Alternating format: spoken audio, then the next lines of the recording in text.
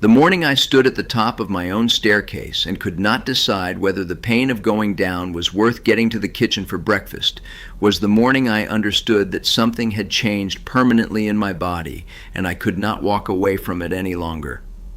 Size. My name is Dennis. I am 74 years old.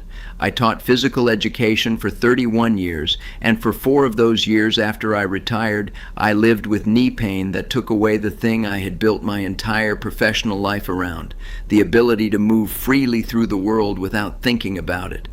I want to tell you about those 4 years and about the 5 things that helped me get enough of my life back that I walked 3 miles last Thursday morning without stopping. Not without discomfort. I want to be honest with you about that from the beginning. But 3 miles, on my own 2 feet, at 74. And if you are sitting where I was sitting 4 years ago, I want you to understand that what I found is real and it is available to you. I taught PE at the same middle school in Indiana for 31 years. I was on my feet every single day, running alongside 12-year-olds on a gymnasium floor, demonstrating drills, leading warm-ups, refereeing games. I understood the body in a practical and physical way that most people who sit behind desks for a living never have the occasion to develop. I knew what a healthy knee felt like from the inside. I knew the difference between muscle soreness and joint pain. I had spent 31 years telling young people to listen to what their bodies were telling them. And then I retired at 65, slowed down considerably in the natural way that retirement allows, gained about 18 pounds in the first 3 years, and by 69, I was feeling the first consistent ache in my right knee that I recognized immediately and chose not to address immediately, which is the particular foolishness of a man who knows exactly what something is and does not want to confirm it officially. I was diagnosed with osteoarthritis in both knees at 70. My right knee was more advanced than my left. My orthopedic specialist showed me the imaging and explained what I was looking at in plain language. The cartilage that cushions the joint had worn down significantly, particularly on the inner side of the right knee, and the bone surfaces were closer together than they should be. The pain I felt when I walked downstairs or stood up from a seated position or tried to turn on my heel was the mechanical consequence of that narrowing, and it was likely to continue developing over time. He gave me options and recommendations, and I walked out of his office with a diagnosis I had already known was coming and a treatment plan I was not fully committed to following. The next 2 years were the worst of it. I stopped walking for pleasure entirely at 70 because a walk that had once been the uncomplicated pleasure of a Tuesday afternoon became a calculation. How far out can I go before the return trip becomes something I have to endure rather than enjoy? I stopped suggesting walks to my wife Patricia. I began parking closer to every entrance. I bought a shower seat. I held the handrail on every staircase every time without exception, which is a small thing that carries a large psychological weight when you are a man who spent 3 decades teaching children the physical confidence to use their bodies without hesitation. My neighbor across the street, a retired engineer named Ted, was going through something similar at the same time. Ted was 2 years older than me and had been dealing with knee pain for longer. Ted's approach was to wait it out, to assume that if he rested enough and avoided the movements that hurt, the situation would stabilize on its own. I watched Ted's world shrink over the 3 years I was managing my own situation. He stopped playing golf at 72. He stopped driving long distances because getting in and out of the car had become too difficult. He had a knee replacement at 73, which went well ultimately, but the 2 years between the surgery and his return to anything close to full activity were years that cost him considerably. I tell you about Ted not to frighten you, but because watching his trajectory from across the street was one of the things that finally pushed me to stop waiting and start looking for what I could actually do. Before I tell you what I found and what helped me, I want to say something directly and genuinely. I am not a doctor. I am a retired PE teacher who spent 4 years figuring out how to manage a degenerative joint condition in his own body. And what I am going to describe is what worked for me personally. Not a prescription, not a protocol, not a guarantee. Every knee is different. Every person's health history is different. The 5 things I am going to tell you about should be a conversation you have with your own physician or physiotherapist, not a list you follow independently because a man on the internet said they worked for him. Please take what resonates and take it to the people who actually know your body. The first thing that helped was the one I resisted the longest because it felt like the most intrusive change and the one most likely to feel like deprivation. It was changing what I ate, specifically reducing the foods that my physiotherapist, a woman named Karen, who became the most important person in my recovery, described as inflammatory. I had heard the word inflammatory used in health contexts for years and had never investigated what it actually meant in practical daily terms. What Karen explained to me was that certain foods contribute to systemic inflammation in the body, and that for someone with an arthritic joint, that background inflammation can amplify pain signals and slow the soft tissue recovery that happens between periods of activity. She was not telling me that food caused my arthritis. It did not. She was telling me that what I ate was either working with my body's ability to manage the condition or working against it.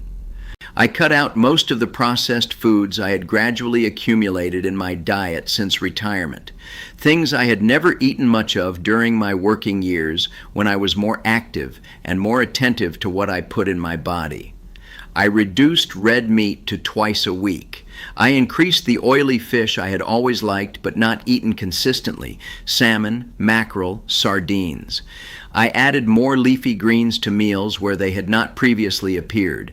I did this gradually over about 3 months rather than all at once because dramatic changes to how you eat are the ones you abandon. The change in my pain level was not immediate and it was not dramatic. Over about 8 weeks, I noticed that my baseline pain, the background ache that had been constant for 2 years, was quieter than it had been. Not gone, quieter. That was enough to keep going. The second thing was warm water movement, and this is the one I am most grateful to Karen for introducing me to because it would not have occurred to me independently.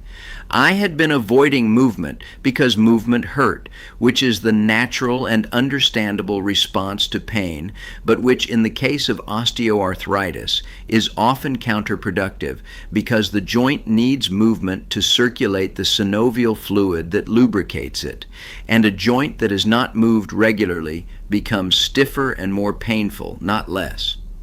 The compromise that Karen suggested was the community pool 3 mornings a week.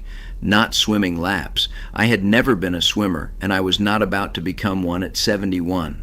Walking in chest-deep water, simple range of motion exercises in warm water. The buoyancy of the water reduces the load on the joint to a fraction of what standing on land produces, which means you can move through a full range of motion without the pain response that the same movement generates on dry ground. I went to the pool on a Tuesday morning in April feeling fairly ridiculous and came home 2 hours later having spent 45 minutes in the water and felt something I had not felt in my right knee for nearly 2 years, which was the sensation of a joint that had moved properly, a warmth and looseness that lasted through the afternoon and into the evening. I went back Thursday. I went back the following Monday. By the end of the first month, I was going 4 mornings a week. The pool became the foundation of everything else I was doing, and I tell people about it now the way someone tells you about a thing that changed their situation so specifically that it is hard to describe without sounding like an advertisement. It is not a cure. It is a way of keeping the joint moving without the pain that had been stopping me from moving it. The third thing was the physiotherapy-guided strengthening program that Karen designed specifically for my situation, and I want to explain why this one required the most patience of all 5.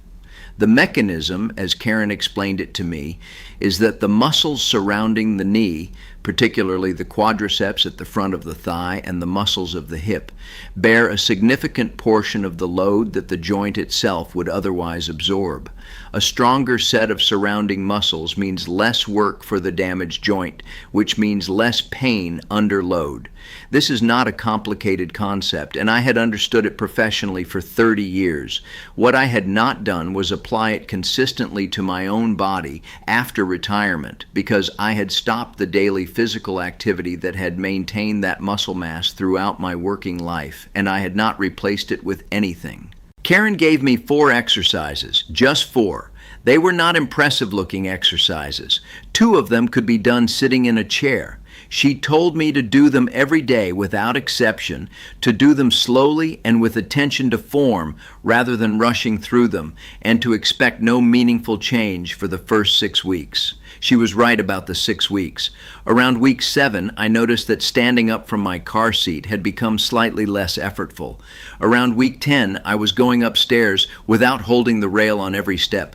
These are not dramatic milestones. They felt enormous to me. The 4th thing was footwear, and I mention it because it was the simplest change of all 5, and the one that produced the most immediate perceptible difference. I had been wearing the kind of casual shoes that retired men wear, comfortable, soft-soled, flat, without any real attention to what they were doing to the alignment of my knees when I walked. A podiatrist that Karen referred me to watched me walk across his examination room floor, asked me a few questions about my pain pattern, and told me that my footwear was allowing a degree of inward rolling of my foot on each step that was placing additional rotational stress on my already compromised inner knee joint. He recommended a specific type of motion control walking shoe and an orthotic insert for my right shoe to correct the alignment. The total cost was modest. The difference in pain during and after a walk was noticeable from the first day. I felt mildly foolish that I had spent 2 years carefully managing my diet and doing pool exercises and physiotherapy while wearing shoes that were quietly adding to the problem every time I walked across a room. The 5th thing is the one that took me the longest to learn, and the one I would argue requires the most ongoing attention, which is learning to recognize the early signals of a flare-up and responding to them before they become the 3-day episodes that had periodically taken me completely off my feet in the worst years. A flare-up for me has a recognizable early signature, a specific kind of warmth in the joint in the evening after a day where I have been more active than usual, a subtle stiffness when I wake that is different in quality from my normal morning stiffness. In the early years, I ignored those signals entirely or addressed them too late. By the time I had learned to recognize them reliably, I had a small set of responses, reducing the next day's activity level, spending extra time in the pool, applying ice in the evening, being careful about stairs that almost always prevented the early signal from developing into the full flare. The flare-ups have not disappeared, but they are shorter and less severe than they were 2 years ago, and I lose far fewer days to them. I want to tell you what life looks like now because I think it matters to be specific rather than general about improvement. I walked 3 miles last Thursday. I went to the pool 4 times this week. I played 18 holes of golf in October, slowly, with a cart for the longer distances between holes, but 18 holes, for the first time in 3 years. I still have osteoarthritis. My imaging has not improved, and it will not improve because cartilage does not regenerate in a meaningful clinical sense once it has worn down to the degree mine has. What has improved is my ability to live inside the condition with enough function and enough daily movement that my life feels like my own again in the physical sense that it had stopped feeling like mine. I am not a doctor, and nothing I have described today is medical advice. It is the honest account of what one retired PE teacher found after 4 years of looking with the help of a physiotherapist he trusted and a physician who supported the approach. Before you change anything about how you are managing your knee pain, your diet, your movement, your footwear, your exercise, please take these ideas to the person who is treating you and have that conversation with someone who knows your specific health picture. What helped my knees may not be what your knees need. The only person who can tell you that is the doctor who has seen your imaging and understands your history. If you are at the point where I was at 70, where the calculation of whether a walk is worth the pain has become part of your daily experience, I want you to know that I understand what that feels like from the inside, and I want you to know that 4 years after that morning on the staircase, I am still walking. Not without effort, not without management, but walking. And the specific version of that for you is out there waiting to be found if you are willing to look for it with the right people beside you.